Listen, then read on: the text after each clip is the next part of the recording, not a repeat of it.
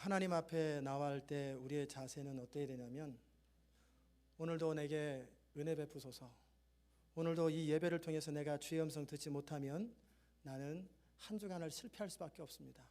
주님, 내게 향하신 주의 음성 듣게 하옵소서. 내 삶을 향한 주의 음성 듣게 하옵소서. 그 간절한 마음으로 하나님 앞에 설 때 그런 사람들에게는 하나님이 만나주시고 오늘 하나님을 경험하게 될 것입니다. 우리 같이 한번 기도하십시다. 하나님 감사합니다. 오늘도 우리가 주의 음성 듣기를 소원합니다. 주님 말씀하여 주옵소서. 사슴이 시냇물을 찾기에 갈급함같이 오늘 우리가 주님 만나기를 정말 소원합니다. 그냥 좋은 말씀 듣는 것이 아니라 나를 향한 하나님의 말씀, 그리고 이 교회를 향하신 하나님의 말씀, 우리 가정과 사업을 향한 하나님의 말씀, 우리 인생을 향한 하나님의 말씀 듣기 원하오니 성령님, 전하는 자의 입술을 주의 성령으로 감동시켜 주시고 듣는 자들의 마음을 옥토와 같이 기경시켜 주시어서 모든 환경과 상황에 장애를 받지 아니하고 집중하는 가운데 주의 비밀을 깨닫는 시간 될 수 있도록 은혜 베풀어 주옵소서. 감사드리며 예수 그리스도의 귀하신 이름으로 기도드리옵나이다. 아멘. 오늘은 성령의 나타남이라고 하는 제목으로 여러분과 함께 하나님 말씀 나누기 원합니다. 하나님께서 인간을 창조하셨을 적에 창조하신 목적은 하나님의 영광, 그리고 하나님께서 사랑의 대상으로 우리를 교제케 하기 위해서 우리를 지으셨습니다. 하나님은 그때나 지금 비록 아담이 타락 이후로 인간이 하나님을 떠나 있지만 하나님의 마음은 동일해요. 나는 너희와 교제하고 싶다.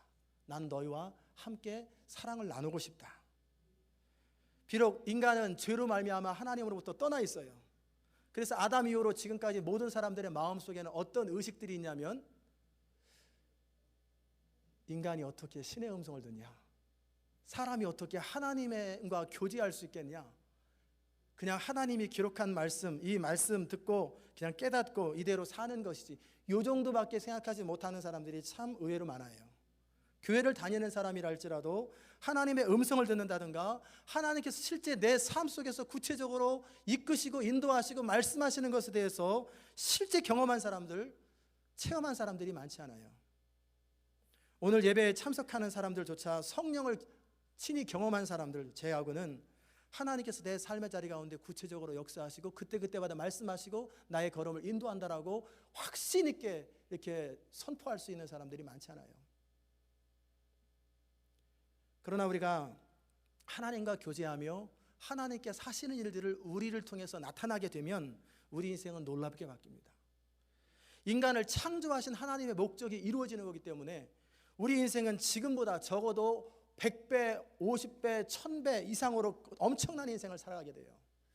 여러분, 봄날에 그 벚꽃을 보셨습니까?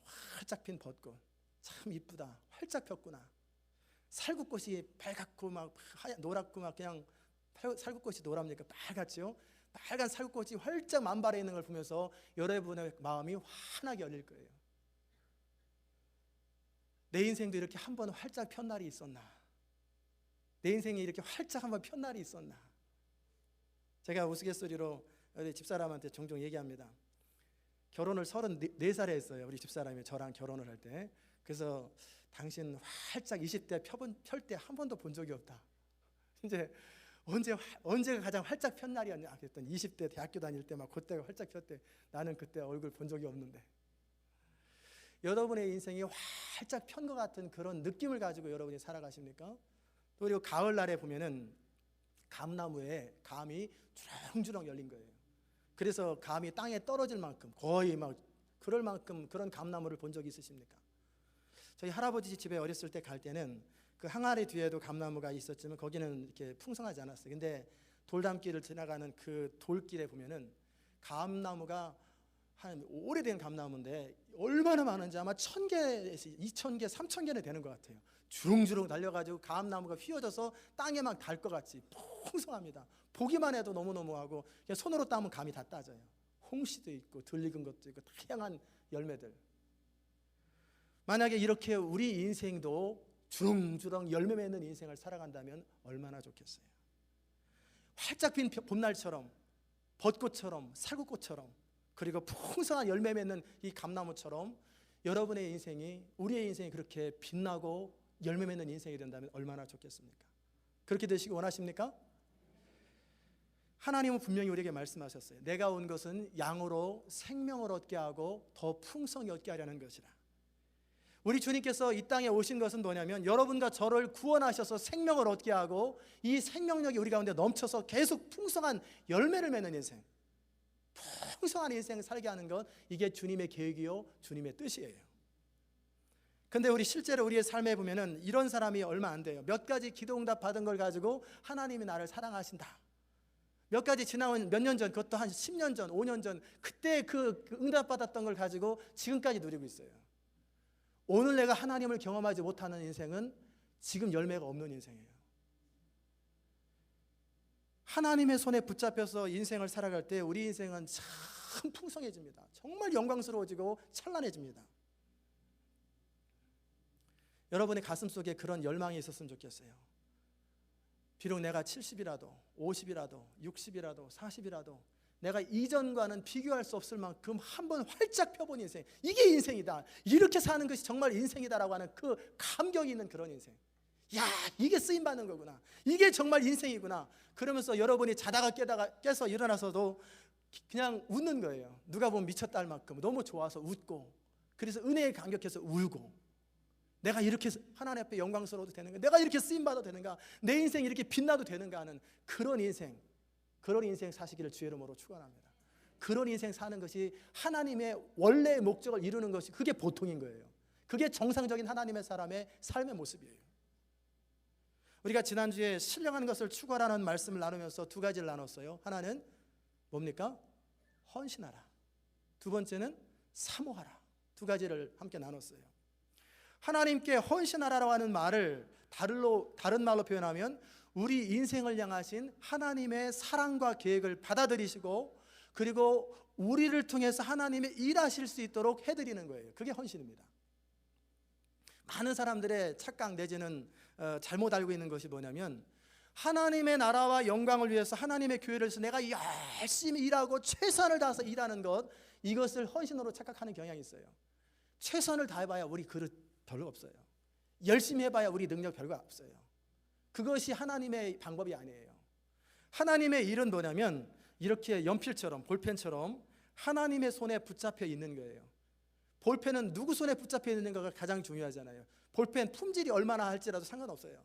내 품질, 내 원래 가지고 있는 능력이나 이 얼마큼 오래 쓸 것인가, 나이가 얼마큼 들었냐, 그런 거죠. 이 품질, 퀄리티가 어떠느냐 상관없어요. 그것도 약간의 차이는 있을 수 있겠지만, 그러나 이것이 누구 손에 들어가느냐, 욕을 쓰면 욕을 쓰는 볼펜이 되는 거고, 이것을 가지고 소설을 쓰면, 소설가가 잡으면 소설이 나오는 거고, 시인이 잡으면 시인이 나오는 거고, 이 글을 가지고 하나님을 찬양하는 그 글을 쓰면 찬양이 나오는 거예요. 마찬가지로 우리 인생을 누가 붙드느냐가 굉장히 중요합니다. 여러분의 인생을 내가 스스로 하면 여러분은 여러분의 능력의 한계 안에서밖에 못 살아요. 그래서 지금까지 살아왔던 모습이 그 모습인 거예요. 우리는 다 나름대로 최선을 다해 잘 살길 원하지요. 나는 못 살아야 되겠다, 나는 형편없이 살아야 되겠다, 이런 사람은 세상에 아무도 없습니다. 그런데 우리의 모습이 아까 말한 그 감나무처럼 벚꽃처럼 활짝 펴지 못하는 것은 내 능력의 한계까지밖에 못 살기 때문에 그래요. 그러나 이 볼펜을 이제 하나님의 손에, 주인의 손에 붙잡혀 드리는 것처럼 우리 인생을 하나님께 내어드려서 하나님이 우리를 통해서 하나님 자신이 나타나고 성령이 나타나도록 우리가 통로 역할을 하게 된다면 우리는 지금보다 100배, 1000배 이상의 열매 맺는 인생을 살게 되고요, 엄청난 여러분이 상상하지 못하는 인생을 살게 된다는 것을 믿으시기 바랍니다. 아멘. 믿는 사람에게는 하나님의 역사하심이 있어요. 우리가 헌신이라고 말할 때 우리 마음속에 느낌은 뭐냐면 마치 선교사가 되거나 또는 목회자가 되거나 뭔가 내가 물질을 하나님께 드리거나 뭔가 내 것을 빼앗기는 것 같은 느낌을 가지고 그렇게 헌신이라는 단어를 생각합니다. 그래서 내 인생이 마치 원치 않는 것으로 인도될지도 모른다라고 하는 그런 부담감이 있어요. 그러나 헌신을 그렇게 생각하는 것이 아니에요. 헌신은 뭐냐면 지금까지 내 인생의 한계 안에서 이렇게 살아왔던 내 인생을 이제는 하나님의 손에 올려드려서 그분이 나를 마음껏 사용하실 수 있도록 내어드리는 것. 그래서 내 능력 수준이 아니라 하나님의 능력 수준으로 내 인생이 바뀌는 것, 이것이 헌신입니다. 믿으십니까? 그렇게 여러분의 개념 정리를 하세요. 헌신은 뺏기는 게 아니에요. 헌신은 나로 하여금 나되게 하는 것. 하나님이 원래 나를 창조했을 때 내 모습이 완전히 드러나는 거예요. 우리의 지혜가 드러나고 우리의 지식이 드러나고 우리의 능력이 드러나고 우리의 모든 가능성이 다 발휘되는 것, 이게 헌신된 삶이에요. 그럴 때 하나님은 여러분 한 사람 한 사람을 통해서 한 알의 미달이 땅에 떨어져 죽으면 100배, 60배, 30배의 결실을 맺는다고 그랬어요. 어떤 분은 그것에 대해서 성경에 안 나오는 이야기를 해요. 근데 저는 동의를 합니다. 100배 열매를 맺는 30배 열매를 맺는 차이가 뭐냐? 말씀을 듣고 즉각 순종하면 100배, 좀 뜸들이면 60배, 그 다음에 항상 망설이면 30배. 그럴 수 있다고 생각해요. 그래서 하나님의 말씀이 임하면 즉시 온전하게 순종하는 것. 어느 성도님은 차에다가 즉시 온전하게 순종하자라고 딱 붙여놓고 다니시는 분이 계세요. 그분은 뭐를 아는 분이에요. 하나님께 우리 인생을 완전히 드리게 되면 우리 인생은 지금보다 100배 이상의 인생을 살게 돼요. 그리고 성경은 뭐라고 말하냐면 너희 작은 자가 천보다 낫고 너희 큰 자는 10,000명을 감당하리라. 한 사람이 하나님 앞에 드려졌을 때 한 민족이 바뀌고 한 시대가 바뀌고 여러분 한 사람을 통해서 여러분 직원이 1,000명이 넘게 되고 10,000명을 여러분이 거느릴 수 있는 사람이 될 수 있다는 거예요. 간신히 내 하나 먹고 살기 바빴고 허덕거리면서 이민사회 하면서 간신히 내 하나 그냥 생계 유지하는 것에 급급했던 사람이 하나님의 손에 붙잡혀서 쓰임받기 시작하면 그의 인생은 여러분 한 사람 때문에, 여러분의 기업 때문에 1,000명이 먹고 살고 10,000명이 먹고 사는, 그렇게 하나님이 쓰실 수 있다는 사실을 여러분이 믿으시기 바랍니다. 우리가 한평생 힘들고 어렵게 살아가는 사람들이 많습니다. 그러나 우리가 하나님께 내어드리면 오병이어의 기적과 같은 역사들이 우리 가운데 일어나는 거예요. 성령의 나타남은 다른 말로 하면 하나님께서 우리를 통해서 자신을 드러내는 거예요.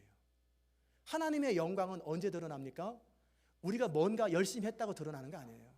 그래봐야 인간 수준, 피조물 수준의 일이지 하나님은 우리 하는 피조물 수준의 일 가지고 영광을 받지 못해요. 여러분이 애기들 뭐 그림 그려놓고 영광스럽다, 자랑스럽다 안 그러잖아요.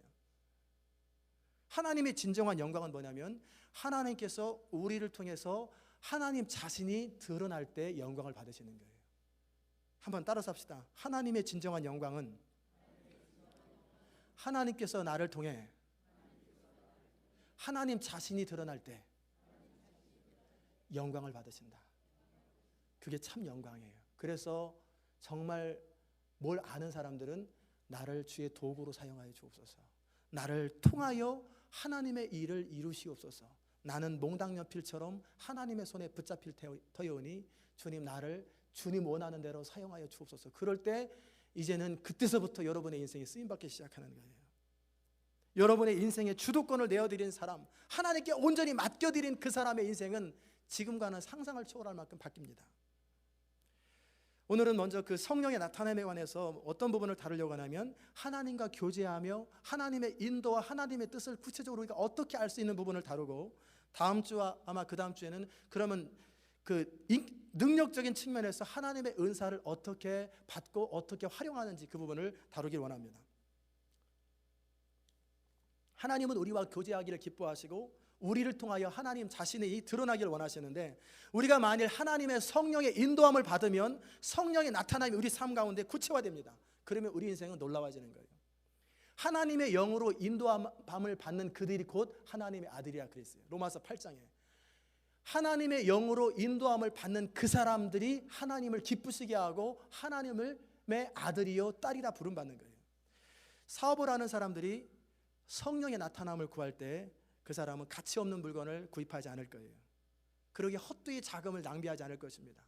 어떤 아이템을 사게 될지, 어떤 품목을 사게 될 때 그 품목이 히트하게 될지 하나님께 아이템을 구하고 그렇게 하나님의 도움을 구하는 사람은 그렇게 사업에서 하나님의 성령이 나타납니다. 메릴랜드에 굴착 사업을 하는 한 사람에게 하나님이 말씀하셨어요. 그 사람은 대규모 큰 공사에 입찰을 자기 나름대로 손해보지 않는 범위 안에서 공사를 따기 위해서 입찰을 했는데, 이 사람은 하나님을 잘 섬기는 사람이요 하나님 나라를 위해서 헌신된 사람이에요. 그런데 하나님께서 어느 날 뭐라고 말씀하셨냐면 입찰 가격을 2배로 올려라.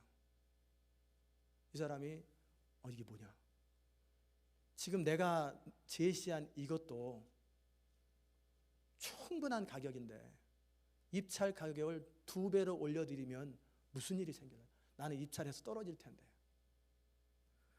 그럼에도 평상시 하나님의 신실하심을 믿기 때문에 이 사람은 그래, 입찰에 떨어지고 공사를 따지 못한 하나님이 있어도 난 하나님께 순종하자. 그리고 뭐라고 썼냐면 입찰 가격을 두 배로 써놓고 거기다가 확실히 보장함 그 단어를 써놓는 거예요. 누가 됐겠어요? 그 사람이 공사를 따게 됐습니다. 그리고 그 사람은 만족할 만큼 공사를 이뤄냈고, 그리고 많은 수익금을 통해서 하나님 나라를 위해서 드려지는 그런 놀라운 인생을 살게 되는 거예요. 하나님께서는 우리가 하나님의 뜻에 순종하고 하나님의 성령의 인도함 받기를 원할 때 우리 인생을 풍요롭게 하시고 풍성하게 만드시는 거예요. 여러분이 양념을 얼마큼 넣어야 될지, 뭐 하딩이나 음식 만드시는 분, 그 다음에 무슨 물건을 할 때 올 가을에 히트될 상품이 뭔지 모를 때 성령을 인정하세요. 어떻게 해야 될지 길을 열어주세요. 어떻게 해야 될지 방법을 열어주세요. 그러면 하나님께서 여러분에게 방법을 열어주시고 길을 열어주시는 거예요. 하나님의 소원은 뭐냐면 하나님의 자녀들이 영혼이 잘된 같이 범사에 잘되고 강건한 것이 하나님의 소원이에요. 이 모든 풍성함, 영혼이 잘된 같이 범사에 잘되고 형통하며 우리 육신도 건강한 것이 하나님의 소원이에요. 그런데 마귀는 우리 인생을 하나님과 단절시켜요. 그래서 부정의식, 부정적인 의식, 그리고 비참의식, 불행의식을 갖게 하기 때문에 우리 인생은 초라하게 형편없이 살 수밖에 없도록 자꾸 우리를 좌절시키고 낙담시키고 우리를 무너지게 만드는 거예요. 하나님께서 예비하신 모든 풍성함은 우리가 하나님의 뜻을 온전히 순종할 때만 이루어지는 거예요. 하나님의 뜻에 순종하지 않는 사람, 하나님을 의지하지 않는 그 사람은 모든 풍성함을 다 놓쳐버립니다. 하나님의 음성을 듣고 하나님의 인도하심을 받는다고 하는 것은 뭐냐면 인생이 완전히 전환되는 거예요. 이전까지 우리의 삶은 나 중심의 삶이었어요. 내 생각대로 이건 되겠다 안 되겠다, 내 자본이 있는 만큼 이건 되겠다 안 되겠다, 내 감정대로 이건 기분 나쁘다 안 나쁘다, 내가 할 수 있는 만큼 하고 안 하고 이 정도로 살았어요. 그건 뭡니까? 내 능력의 범위 안에 살기 때문에 여기까지밖에 못 산 거예요. 그러나 이제 인생을 전환하면 나 중심이 아니라 하나님께서 내 인생의 중심이 되셔서 나를 다스리시고 내 능력의 한계가 아니라 내 능력을 초월하는 놀라운 일을 이루는 하나님의 크기만큼, 갓 사이즈 크기만큼 놀라운 일을 하나님께서 우리를 통해 이루시는 거예요. 그게 뭡니까? 순종하는 삶, 하나님의 뜻을 따라 살아가는 인생이에요. 오늘도 많은 분들이 말씀을 듣고 있습니다. 우리뿐만 아니라 1000명이 넘는 분들이 지금 오늘 말씀을 듣고 계세요. 그럴 때 이 말씀을 듣고 순종하는 사람은 그런 인생을 살 것이요, 다 좋은 얘기지 하는 사람은 지금과 똑같은 인생을 살거나 지금보다 더 못한 인생을 살게 됩니다. 왜냐하면 나이는 점점 먹어가고 힘이 딸리니까 지금보다 더 어려운 인생을 사는 거예요. 여러분이 지금 어렵고 힘든 인생을 살아가고 여러분 가슴속에 만족과 감격이 없는 삶을 살아간다면 여러분은 적어도 지금 하나님과 교제가 중단된 사람이에요. 하나님의 음성을 들은 지가 오래된 사람이요, 그러기 때문에 하나님과 지금 거리가 있기 때문에 만족이 없고 감격이 없는 거예요. 우리가 하나님의 음성을 듣고 하나님과 친밀한 교제의 기쁨을 누리고 살아가는 그 사람들은 세상의 모든 문제거리와 근심거리로부터 자유로워질 수 있고 그의 인생은 성령의 인도함을 따라 계속 열매 맺는 인생으로 바뀌어 나가는 것입니다. 다윗이 전쟁할 때 뽕나무 뒤에 숨어 있어라, 이번에는 직접 공격하라, 어떤 나라 도망가라, 어떤 나라 숨어라, 그때마다 성령의 인도함을 따라서 살게 됐어요. 그러자 그의 인생은 사망의 음침한 골짜기를 다닐지라도 해받음을 두려워하지 아니하고 오히려 편안하게 내가 눕기도 하고 내가 자기도 하느니 나를 안전케 하시는 이는 여호와시니이다. 그 고백이, 어려움 중에는 그런 고백이, 그리고 왕이 되어서 찬란할 때는 내 하나님께서 나를 이렇게 복되게 하셨구나 하면서 영광 돌리는 그런 인생을 살게 된 그 비밀이 뭡니까? 하나님께서 다윗을 통해서 말하시는 것을, 말씀하시는 것을 순종하는 그런 삶, 성령의 나타남이 있는, 그 당시 때는 성령이라는 개념보다는 하나님 아버지의 개념이 더 많지요. 설교자가 만약에 성령의 나타남을 구하면 기름 부음 받은 설교를 할 수 있습니다. 단지 오늘 설교 좋았다 이 정도 수준은 기름 부음 받은 설교가 아니에요. 하나님의 말씀을 전하면서도 하나님께서 나를 사용하신다고 하는 확신과 감격 속에서 전하게 될 때 성도들의 삶이 바뀌고 감동이 되는 거예요. 여러분이 여러 가지 교회 사역을 감당할 때 성령의 나타남을 구하면 여러분의 사역은 열매를 맺게 됩니다. 뭐 수고했다, 열심히 했다, 그 정도가 아니라 실제 성령의 나타남과 역사들이 일어나게 되는 거예요. 그렇다면 우리가 어떻게 하나님의 인도하심을 구하며 어떻게 하나님의 음성을 듣고 하나님의 음성과 인도함을 받는다는 것은 결국 무엇일까? 함께 이 시간 나누기를 원합니다. 하나님은 우리에게 무엇을 통해 말씀하시냐면, 첫째, 말씀을 통해서 우리 가운데 역사하십니다. 기록된 하나님의 말씀과 선포된 하나님의 말씀을 통해서 하나님은 하나님의 일을 나타내세요. 성령의 감동으로 쓰여진 이 말씀을 여러분이 읽는 가운데, 또 선포하는 그 설교자의 설교를 듣는 가운데 여러분이 할 일은 뭐냐면 하나님의 얼굴을 구하는 거예요. 말씀을 선포하는 자나 말씀을 듣는 자나 말씀을 묵상하는 자는 하나님의 얼굴을 구하면서 끊임없이 하나님을 향해서 기대하고 사모하고 바라보는 거예요. 그럴 때 하나님은 그 말씀을 통해서 여러분의 인생의 구체적인 인생의 문제를 답해 주시는 거예요. 동일한 말씀을 선포해도, 이 동일한 말씀이 선포돼도 각자에게 들립니다. 그래서 모두가 다르게 은혜를 받아요. 새 가족에서 성숙한 성도에 이르기까지 각양각색의 성도의 필요를 성령께서는 하나님을 기대하는 자들에게 만족함을 주시고 인생의 필요를 채워주신다는 거예요. 그러기에 하나님 말씀은 절대적인 권위가 있어요. 근데 이상한 건 뭐냐면, 성도들이 하나님의 뜻을 알기 원하고 하나님의 인도를 받기 원하면서도 성경을 안 읽어요. 그렇죠? 그리고 말씀을 들을 때 그냥 앉아 있어요. 집중하면서 간절히 사모하면서 듣기보다는 그냥 앉아 있어요. 그러니까 듣기는 들어도 듣지 못하고 보기는 보아도 보지 못하는 거예요. 여러분의 구체적인 삶의 자리를 가지고 하나님 말씀을 들으세요. 하나님, 이 사업의 문제를 오늘 내가 응답받기 원합니다. 이 가정의 문제를 응답받기 원합니다. 이 관계의 문제를 내가 어떻게 해야 될지, 이 지금 고민이 있고 갈등이 있고 어떻게 해야 될지 모르는 이거를 오늘 예배드리는 현장 가운데 하나님 내게 구체적으로 내가 알아들을 수 있는 방법으로 말씀해 주시고, 내가 성경을 묵상하는 가운데 주님 내게 응답하옵소서. 그 간절한 기대감을 가지고 이 예배에 참여하고 말씀을 묵상하는 자들에게는 하나님이 만나주시고 구체적인 삶에 터치를 하시고 어떻게 해야 될지 정확하게 알게 돼요. 하나님을 사모하는 자들에게 만족함을 주시는 분입니다. 그러기에 하나님께 나오는 자는 뭘 믿어야 돼요? 먼저 그가 계신 것과, 그리고 자기를, 하나님을 찾는 자들에게 뭘 주세요? 상 주시는 이심을 믿어야 할지니라. 하나님께 나아가고 찾고 구하는 자들에게 하나님이 반드시 응답한다고 하는 사실을 여러분 믿고 나올 때 하나님의 응답이 있는 거예요.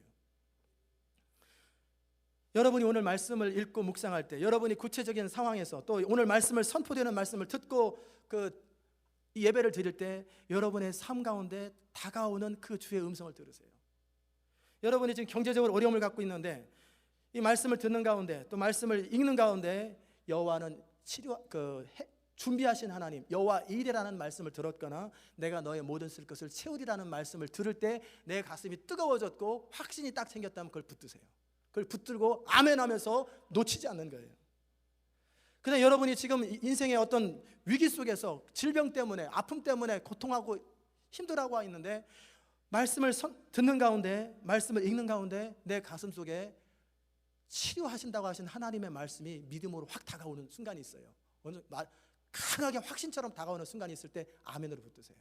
그러면 그 믿음으로 말미암아 치료 역사가 일어나고 하나님은 죽은 자를 살리시며 없는 것을 있는 것처럼 부르신 하나님이에요. 하나님의 말씀은 순종할 준비를 갖춘 사람들, 하나님의 뜻대로 살기 원하는 사람, 그런 사람들이 사모하며 하나님 앞에 나올 때 하나님 응답하신다는 것을 여러분이 믿으시기 바랍니다. 듣기를 거부하고 순종하기를 거부하는 사람에게 하나님 말씀하지 않으세요. 오직 하나님의 말씀을 듣고자 하는 겸손한 마음을 가지고 주여 말씀하옵소서, 주의 종이 듣겠나이다라는 그 겸손한 마음을 가진 사람에게는 구체적인 삶에 응답을 주세요.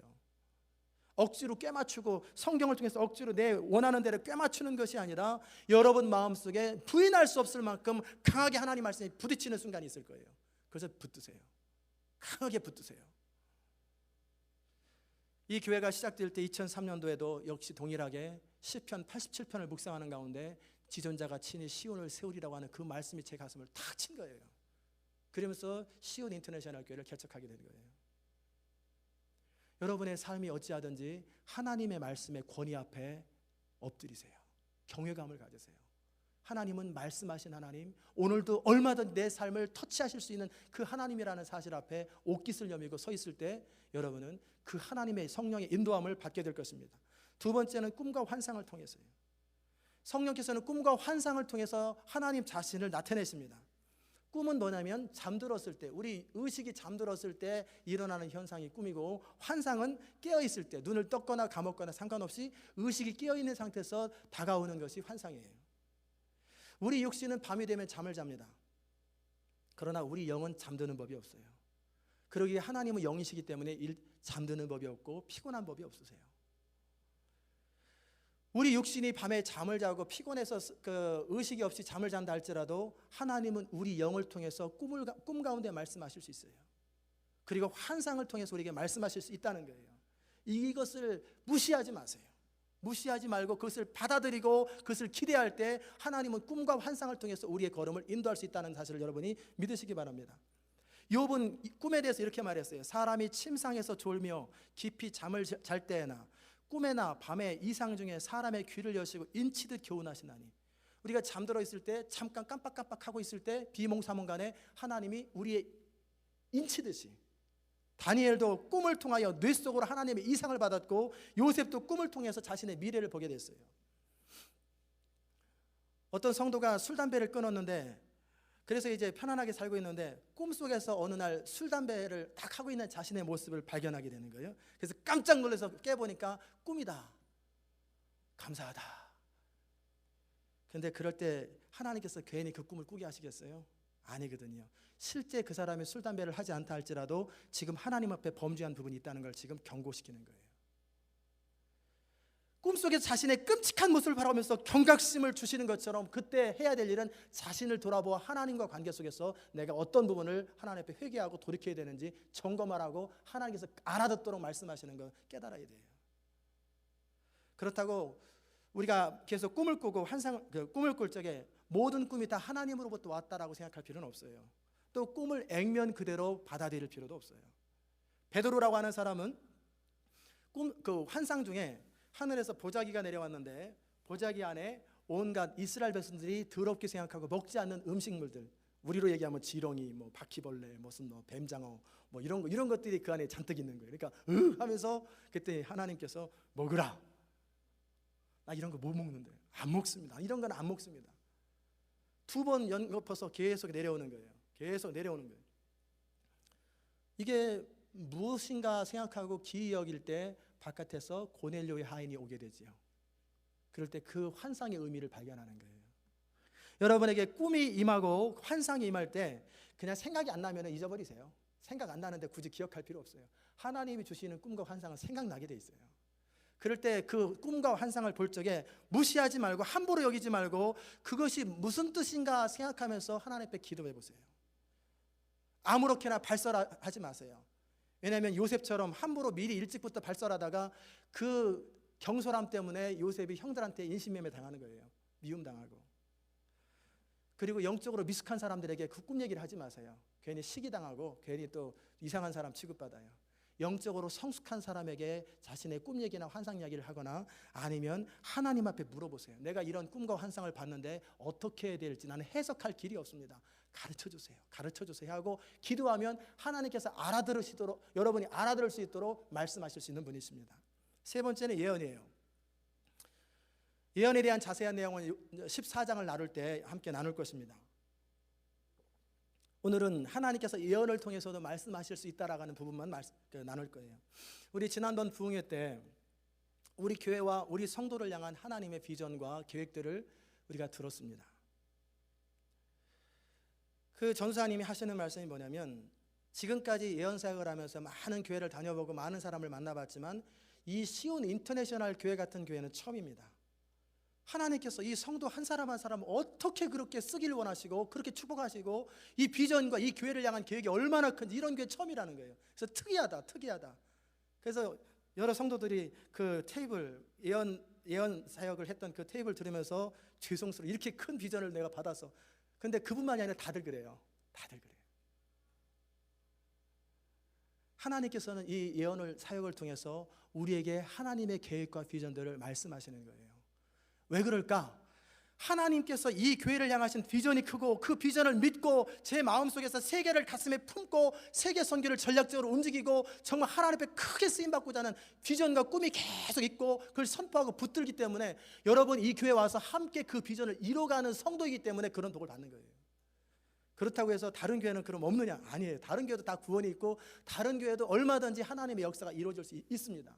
그러나 우리가 하는 건 뭐냐면 다른 사람 쳐다보기보다 내 아내 이쁘다고 하고 내 남편 최고라고 하는 것, 그게 나쁜 거 아니잖아요. 그죠? 얼마나 그건 죄도 아니고 아무것도 아니에요. 단지 하나님께서 이 교회를 통해서 이루고자 하시는 그것을 붙들고 바라보며 꿈꾸고 추구하고 계속 선포하고 그걸 할 뿐인 거예요.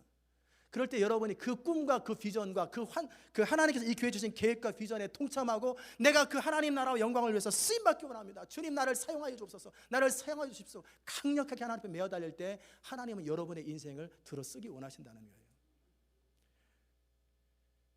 이 예언의 말씀, 또 하나님께서 특별한 어떤 사역자를 통해서, 사실은 예언은 누구나 다 들을 수 있는 거예요. 단지 예언 사역자로 쓰임 받을 거냐 아니냐의 차이뿐이에요.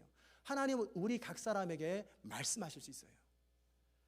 어쨌든 이 예언의 말씀은 하나님의 말씀과 동일한 효력이 있고 확실합니다. 왜냐하면 하나님으로부터 나왔기 때문에 그래요. 하나님께로부터 뭔가 여러분에게 말씀이 선포되었다면 여러분 그 말씀을 믿고 의지하고 나아갈 때 그 말씀은 그대로 현실화됩니다. 비록 원수 사단이 아무리 여러분을 회방하고 환경이 아무리 어려워도 그것을 붙들고 신뢰하고 끝까지 포기하지 아니하면 우리 삶의 그 예언의 말씀은 그대로 이루어진다는 사실을 여러분이 믿으시기 바랍니다. 그러기에 그 말씀을 거부하고 예언을 가볍게 여기고 가슴에 담아두지 않는 사람은 어리석은 사람이에요. 그런 사람은 하나님께서 그 예언의 말씀을 이루어주지 않아도 아무런 책임이 하나님께 없어요. 이스라엘 백성들에게 하나님은 가나안 땅을 약속하셨어요. 그러나 그들은 입술로 무슨 범죄합니까? 차라리 광야에서 죽여주세요. 우리는 가나안 땅에 들어갈 수 없습니다라고 거절해버렸어요. 환경적인 장애나 여러 가지 어려움이 있어도 우리가 마음으로부터 거절하지 아니하고 끊임없이 붙들고 있으면 반드시 이루어지지만 우리가 의지로 거절해버리고 우리가 입술로 거절해버리면 그래 네 소원대로 광야에서 다 죽어라. 그 약속은 취소되는 거예요. 그리고 그들은 광야에서 죽을 수밖에 없는 것입니다. 성경의 모든 약속이 그렇듯이 우리가 하나님의 말씀을 믿고 내게 주신 하나님의 은혜와 그 약속들을 붙들고 끝까지 붙드는 거예요. 어떤 상황에서 포기하지 아니하고 끊임없이 추구하고 붙들면 반드시 여러분이 어떠한 일정한 다듬어지는 시간과 대가가 지불된 다음에는 반드시 그것이 현실로 나타나고 열매를 맺는다는 사실을 여러분이 믿으시기 바랍니다. 그러기에 원망하거나 불평하거나 부정적인 말을 하지 않는 거예요. 끝까지 욥처럼 그가 나를 죽이실지라도 나는 그를 의뢰하리니, 이런 믿음의 고백이 여러분 가운데 있어야 돼요. 우리 삶의 모든 형통함은 어디서부터 출발하냐면 믿음에서부터 출발하는 거예요. 믿음이 기반이 된 상태에서 그 다음에 그 위에 쌓지, 밑바닥에 믿음이 없는 상태에서는 밑빠진 독이 물붓기예요. 계속해서 무너져 버립니다. 아무리 좋은 걸 갖다 놔도 다 새버려요. 밑바닥에 믿음이라고 하는 것이, 아마 다음 주에는 믿음을 어떻게 키우는지 그분을 다룰 거예요. 믿음이 기반이 되어 있어야 합니다. 여러분 가슴 속에서 하나님의 나라와 영광을 위해서 살기를 소원하는 그 간절한 마음을 가지고 있다면, 지난번에 예언 사역을 통해서 예언의 말씀을 들었던 사람이나 듣지 않았던 사람이나 여러분을 통해서 하나님은 무슨 일이든지 하실 수 있고 놀라운 일을 이룰 수 있고, 여러분 가운데 혹시 샘나시는 분들은 어떻게 해야 되냐면 직접 나에게 말씀해 주세요. 직접 나에게 말씀해 주세요. 그러면 돼요. 그러면 하나님께서 여러분에게 직접 말씀하실 수 있어요. 믿으십니까?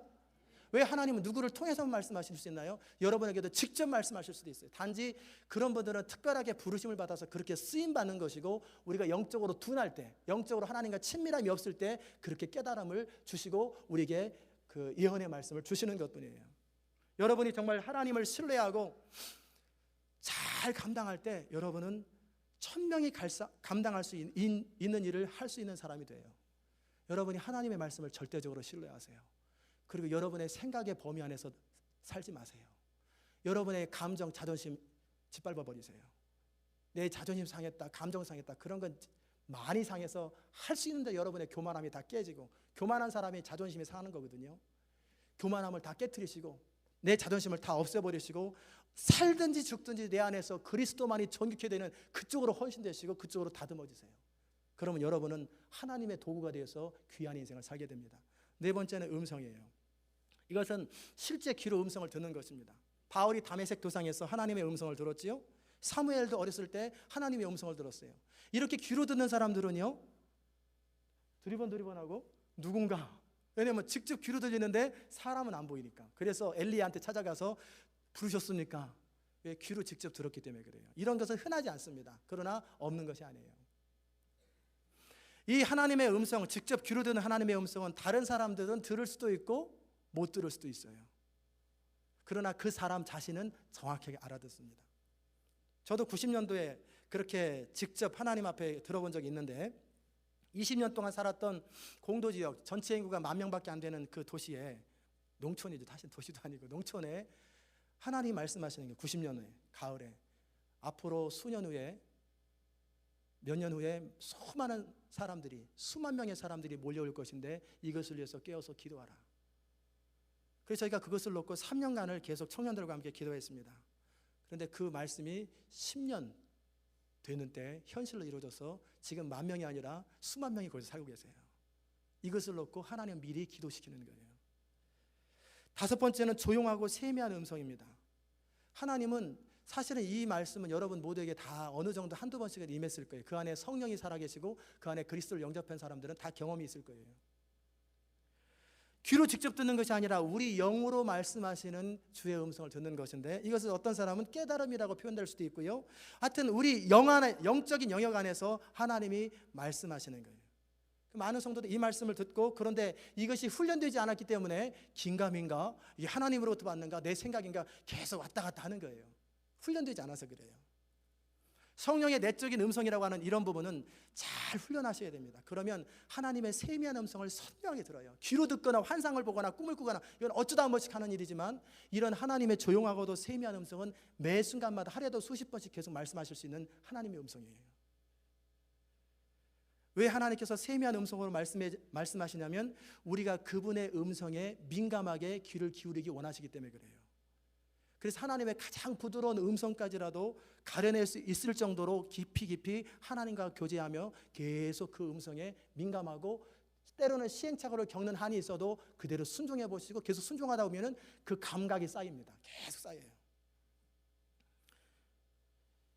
이것은 하나님과의 가장 친밀한 형태의 교제들이에요. 왜냐하면 성숙한 성도라면 속삭임만으로도 하나님의 음성을 들을 수 있는 거예요. 여러분이 이 부분에 민감해지시기 바랍니다. 괜히 감정에 민감해가지고 저 사람이 나 미워하나 안 미워하나, 무시하나 안 이런 쪽에 민감하지 마세요. 그건 민감하지 않아도 둔해도 좋습니다. 그러나 성령의 말씀하시는 음성은 세미하게 섬세하게 들을 줄 알아야 돼요. 그것이 자꾸 훈련되어서 이제는 거의 90%, 95% 이상 정확하게 들을 줄 아는 그런 사람이 될 때 하나님은 마음껏 그 사람을 통해서 일하실 수 있어요. 6번째는 소원입니다. 헌신된 사람의 마음에 강렬한 소원을 부어주십니다. 빌립보서 2장 13절에 너희 안에서 행하시는 이는 하나님이시니 자기의 기쁘신 뜻을 따라 너희로 소원을 두고 행하게 하시나니, 하나님께서는 이렇게 하나님께 드려진 사람들에게 강렬한 소원을 이루어 주셔서 하나님의 뜻을 이룹니다. 그러나 착각하지 말 것은 하나님께 헌신되지 않은 사람들의 대부분의 소원은 자기 욕심이에요. 소원으로 착각할 뿐인 거예요. 자기 욕심이에요. 여러분이 온 마음과 뜻과 정성을 다하여 나는 살든지 죽든지 어떻게 되든지 하나님의 뜻대로만 살기 원한다라고 하는 분명한 소원이 있고, 그토록 하나님의 영광을 사랑하고 사모한다면 그 사람 마음속에 강렬한 소원을 주시고 열정을 주시고 패션을 주십니다. 그것을 놓고 계속해서 기도하면 기도할수록 점점 강렬해지는 것이 하나님의 소원이에요. 그런데 시간이 지나가면 잊어버리고, 시간이 지나면 생각이 안 나고, 그건 내 생각이에요. 영적으로 미숙한 사람들이 자칫 잘못 생각하는 게 뭐냐면, 자기 생각과 자기 느낌을 하나님의 생각과 느낌인 것처럼 동일시한다는 거예요. 그러면 큰 코 닥칩니다. 실수 많이 합니다. 그러기에 여러분이 성숙해져서 이제 민감하신 하나님의 음성을 잘 들을 수 있는 수준 될 때까지는 자꾸 확인해야 돼요. 이 말씀이 성경적인가? 이 말씀이 성경 말씀에 근거한 것이고 성경 말씀에 위배되지 않는가를 계속 확인하시고, 계속 하나님 앞에 또 다른 사인, 하나님 말씀을 통해서 사인을 자꾸 구하십시오. 그렇게 해서 자꾸 훈련되면 이제는 특별한 사인을 구하지 않아도 여러분을 통해서 마음껏 하나님이 일하실 수 있어요. 그 다음에 7번째는 뭐냐면, 성숙한 성도들을 통해서 우리에게 말씀하실 수 있습니다. 교회가 유익한 것은 뭐냐면, 영적으로 성숙하고 여러 통찰력과 깊은 체험을 한 성도들이 우리 주변에 있어요. 그 사람들을 사용하셔서 하나님의 음성을 우리 가운데 들려주는 거예요. 어느 분이 기도하는 가운데 하나님께서 어느 성도에 관해서 계속 기도를 시키시고 가서 찾아가서 말하라고 그랬으면 그 말을 하는 거예요.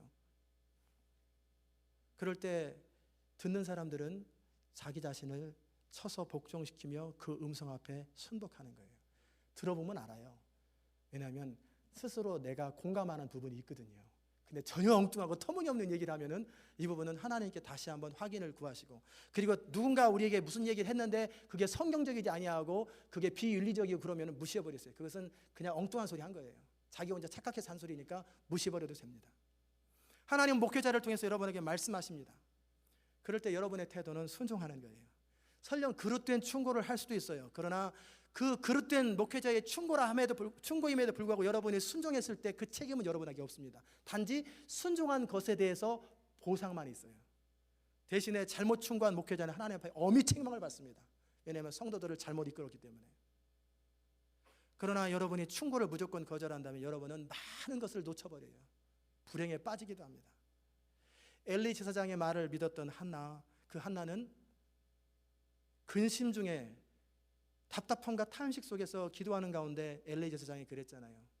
하나님께서 너의 기도를 들으시기를 원하노라. 평안히 가라. 그럴 때 그걸 아멘으로 받고, 그 당시 엘리 제사장은 애틀란트에 그런 목사님이 안 계실 만큼 구설수에 올랐고 외엔 또 행실이, 그 자녀들의 행실이 엉망이었던 사람, 도대체 존경을 받지 못했던 사람들이에요. 그럼에도 그 주의 종의 말을 듣고 아멘, 그대로 이루어지길 바랍니다. 그러자 사무엘이 태어나는 거예요. 선포하는 사람은 선포한 것에 대한 책임을 져야 되지만 들은 사람은 들은 것에 대해서 순종할 거냐 마냐에 그에 대한 책임을 지는 거예요. 그래서 하나님은 각 사람의 중심을 살피셔서 온전한 마음으로 하나님을 섬길 때 우리의 걸음을 가장 선하게 인도한다는 사실을 여러분이 믿으시기 바랍니다. 영적으로 미숙한 사람들은 충고를 듣기 싫어하고 들어도 곧잘 무시하고, 그 다음에 주변에 성숙한 성도나 목회자로에게 뭔가 충고를 들을 때 자꾸 변명하려고 그래요. 자꾸 그거는요, 이거는요, 자꾸 하면서 엉뚱한 소리 할 때, 그런 사람은 하나님의 축복을 놓쳐버립니다. 말씀을 마무리합니다. 우리 각 사람에게 하나님은 말씀하실 수 있어요. 그러나 매번마다 동일하게 말씀하시는 건 아니에요. 지난번에 이렇게 말씀하셨다가 이번에도 이렇게 말씀하시는 게 아니에요. 늘 다르게, 늘 다양하게, 그리고 우리가 잘 익숙해져 있는 부분으로 말씀하시되 우리가 개발되지 않은 부분들을 계속 개발시키면서 우리의 영적인 영역을 확대시킵니다. 어떤 사람은 무릎을 꿇고 기도해야만 잘 들어주는 거로 생각하는데 무릎 꿇고 기도해도 잘 들어지고 서서 기도해도 잘 들어지고, 어떤 분은 꼭 내가 앉은 자리에 앉아야 은혜가 될 거라 생각하는데 거기 안 앉아도 하나님 말씀은 동일하게 임합니다. 단지 우리의 고정관념이 있는 거예요. 이 말씀은 뭐냐면 우리가 생각으로 하나님과 교제하는 방식을 제한하지 말라는 것입니다. 하나님은 하나님의 방법대로 자유롭게 다양하게 우리에게 말씀하실 수 있을 때 그 채널을 다 열어놓으세요. 하나님과 더 깊이 교제하면 교제할수록 그분은 인격적인 하나님이라는 것을 우리는 경험하게 돼요. 하나님은 우리 삶의 자리에 찾아오셔서 우리와 교제하시고 우리를 통해서 하나님 자신, 성령이 나타나기를 원하십니다. 성경 읽기를 좋아하는 사람에게는 성경을 통해서 주로 자주 말씀하실 거예요. 기도하는 걸 좋아하는 사람은 기도 가운데 말씀하실 거예요. 찬양하기를 좋아하는 사람은 찬양 가운데 말씀하실 거예요. 꿈꾸는 것에 익숙한 사람은 꿈을 통해서 말씀하실 거예요. 기타 다양한 방법으로 하나님은 말씀하실 수 있어요. 그때 우리가 할 일은 뭐냐면 주여 말씀하옵소서 주의 종이 듣겠나이다라는 겸손한 태도를 가지고 하나님 앞에 서는 거예요. 마지막으로 이 하나님의 인도와 하나님의 음성과 성령의 나타남을 가로막는 것이 무언가? 그건 죄입니다. 죄를 회개하지 않은 상태에서는 하나님의 음성을 들을 수 없어요. 듣기는 합니다. 회개하라 이런 말씀, 찔리는 말씀은 듣습니다. 그러나 우리를 향한 구체적인 세미한 음성들은 못 듣습니다. 여러분이 하나님과 교제가 회복되어야만이 하나님께서 여러분에게 말씀하실 수 있어요. 어떤 사람은 환경을 통해서 말씀하신다고 믿고 주로 환경이 어떻게 진행되는가 그것에 민감한 사람이 있어요. 그런 사람들은 실제적으로 대부분의 것을 놓칩니다. 하나님의 말씀의 근거에 볼 적에도 하나님의 말씀은 대부분 환경과 반대될 때가 너무 많았어요. 홍해 앞에 환경이 안 열렸는데 하나님은 건너게 하시겠다는 거예요. 나중에 결과적으로 환경이 따라옵니다. 그러나 때로는 환경과 반대가 될 때, 우리 상식과 조건에 반대가 될 때 하나님의 인도하심은 얼마든지 예스가 될 수 있다는 거예요. 하나님의 음성을 듣지 못하는 가장 사실은 결정적인 이유는 뭐냐면 우리가 하나님의 음성 듣기를 스스로 거부한다는 거예요.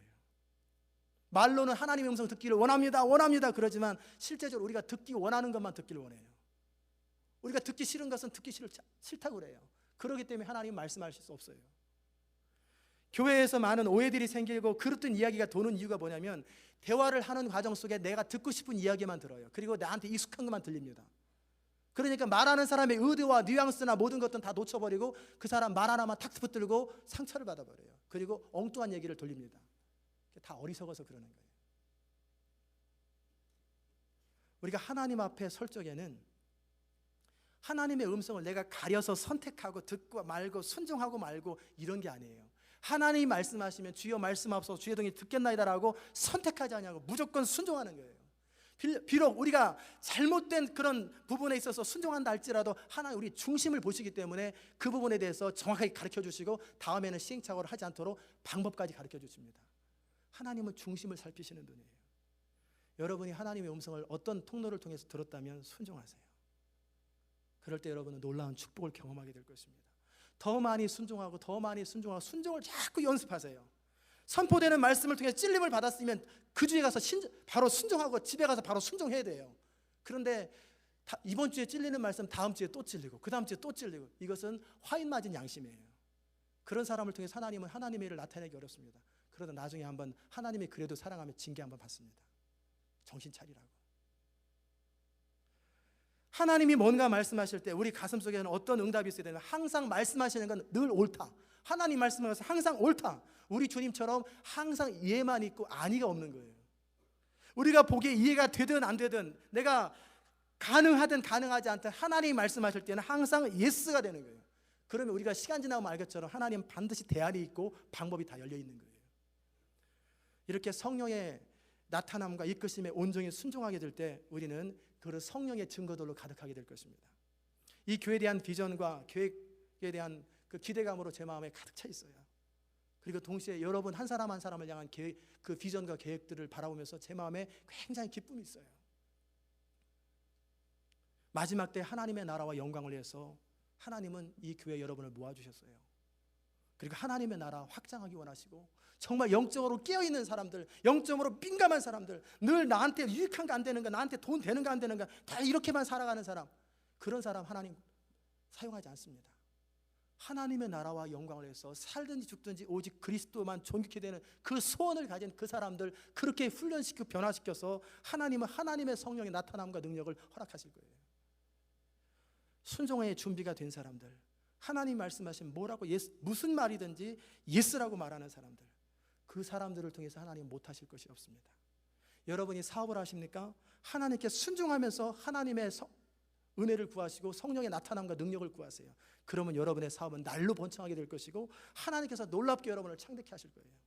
여러분이 가르치는 자입니까? 하나님께서 지혜를 주시고 가르침의 능력을 달라고 하나님께 기도하세요. 여러분이 어떤 사역을 하든지 어떤 일을 하든지 늘 성령을 인정하세요. 늘 하나님의 은혜를 구하시고 하나님을 인정하시고 그 성령의 나타남과 능력을 구하세요.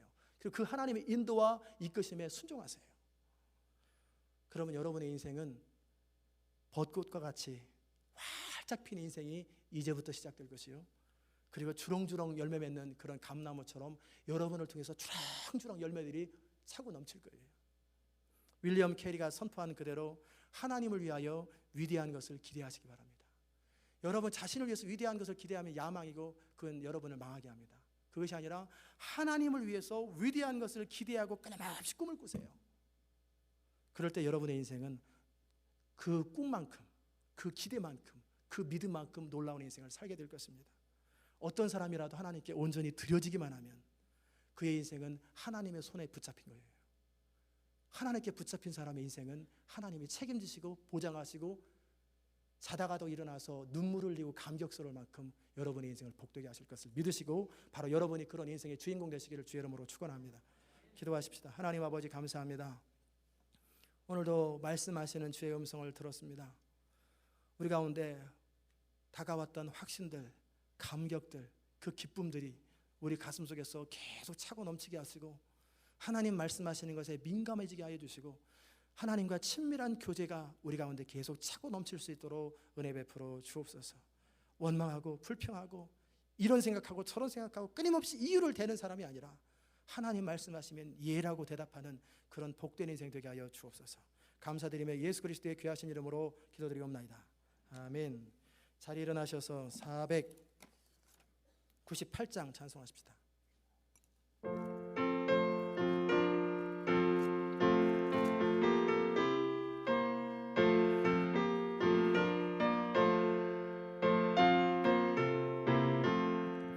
은혜 구한 내게 은혜의 주님, 은사 원한 내게 은사의 주님, 신유 구한 내게 신유의 주님, 나의 마음속에 지금 오셨네. 나의 생명 되는 내 주 예수님, 영원토록 모셔 내 기쁨 넘치네. 말씀 위에 서서 내 뜻 버리고 감정을 버리고 말씀에 서니 불완전한 믿음 완전해지고 내가 이제부터 주만 붙드네.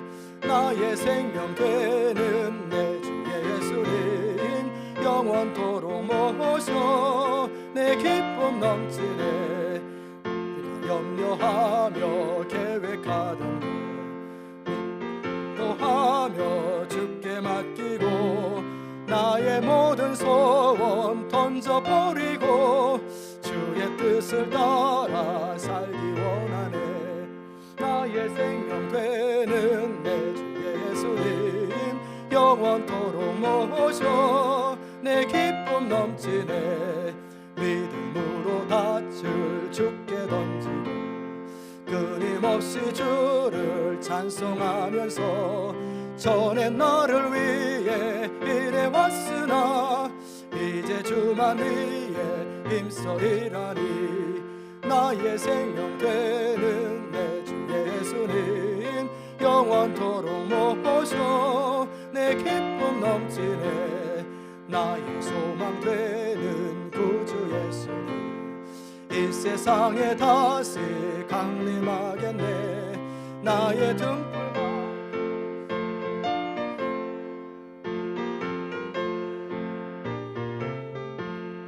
나의 생명 되신 내 주 예수님, 영원토록 모셔 내 기쁨 넘치네. 아멘. 기도하십시다. 하나님, 은혜를 구한 자에게 은혜를 주시는 하나님, 은사를 원하는 자에게 은사를 주시는 하나님, 신유를 구하는 자에게 신유를 주시는 하나님, 우리 마음의 중심의 소원을 아시는 하나님, 이제는 말씀 위에 서서 우리 뜻과 우리 감정을 버리고 말씀에 서서 불완전한 믿음 완전해지게 하여 주옵소서. 우리가 염려하고 계획하던 건 믿고 기도하며 주께 맡기고 내 모든 소원을 던져버리고 이제 주의 뜻만을 위해 살기를 소원하고 결단하게 하여 주옵소서.